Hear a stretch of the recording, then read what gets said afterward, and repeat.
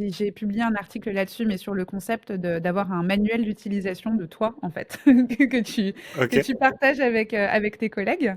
Et donc nous, on le fait dans mon équipe et c'est vraiment juste un PowerPoint et tu dis juste: «Bah, voilà, ça c'est moi, si tu as une question à me poser, personnellement, je préfère que tu m'envoies un petit message ou un email ou non, en fait, je préfère qu'on attende qu'on ait un meeting pour en parler» ou voilà, ça c'est moi. N'hésite pas à me taper sur l'épaule, si tu as besoin de quelque chose ou si j'ai mon casque, ça veut dire qu'il faut vraiment pas, venir me déranger.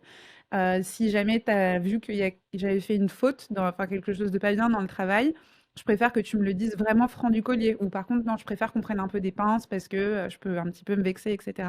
Et donc là, c'est pareil, d'avoir un peu de mettre dans ton manuel, de dire, bon, moi, je vous explique, je suis un petit peu chaotique de nature, mais n'hésitez pas à me le dire. Quand je pars un petit peu dans tous les sens, je le prendrai pas mal, je sais que je suis comme ça, donc voilà, je vous préviens. Et pareil, de dire, moi, je suis plutôt du type organisé. Si vous avez l'impression que je deviens un petit peu rigide là et que je nous bloque un peu en termes d'innovation, n'hésitez surtout pas aussi à me le dire. Donc, je pense que, comme pour beaucoup de choses, savoir ce qui te convient, ta manière de travailler, comment tu fonctionnes, et d'autre part, le communiquer de manière transparente avec tes collaborateurs. Tant que tu fais ça, à peu près toutes les configurations peuvent fonctionner. Je trouve ça génial ce concept de manuel. C'est la première fois que j'en entends parler. Parce que, et c'est en plus, ça doit pas être évident. Parce que faut quand même bien se connaître. Alors, il y a des trucs assez simples. Tu parlais de l'exemple du casque. Moi, c'est mon exemple. Tu vois, quand je bosse, je sais que quand j'ai mon casque, j'aime pas qu'on vienne me parler. Parce que justement, ça veut dire que je suis focus. Donc, c'est pas le moment. Mais, mais il y a d'autres choses, effectivement, qui sont beaucoup plus difficiles, je trouve, à mettre en avant. Tu vois, la façon, par exemple, de recevoir une critique, dans le sens bonne critique, dans le sens, par exemple, tu as fait une faute, tu as fait une erreur. Je pense que tout le monde n'est pas capable de se dire, ah bah oui, moi je préfère qu'on me le dise directement. Ou peut-être que certaines personnes vont se mentir un peu même. Oui, moi je suis franc, vas-y, dis-le moi. Et en fait, tu vas leur dire et tu te rends compte que c'est pas vraiment le mode de fonctionnement qui était le bon.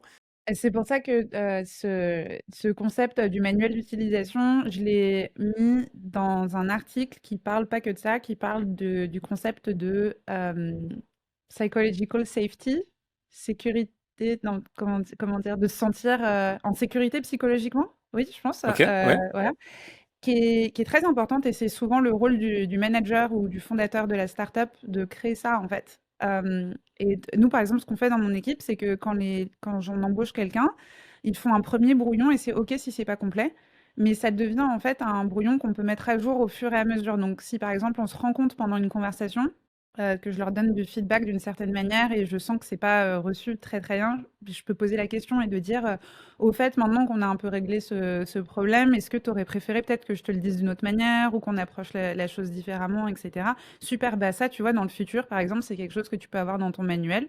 Et la réalité, c'est qu'en fait, on ne check pas vraiment le manuel quand on bosse ensemble. On le lit en général au début quand on bosse ensemble.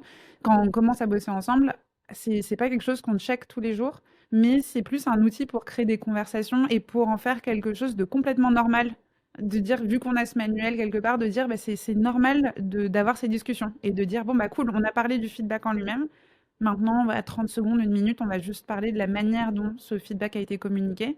Est-ce que je peux améliorer ça pour la prochaine fois?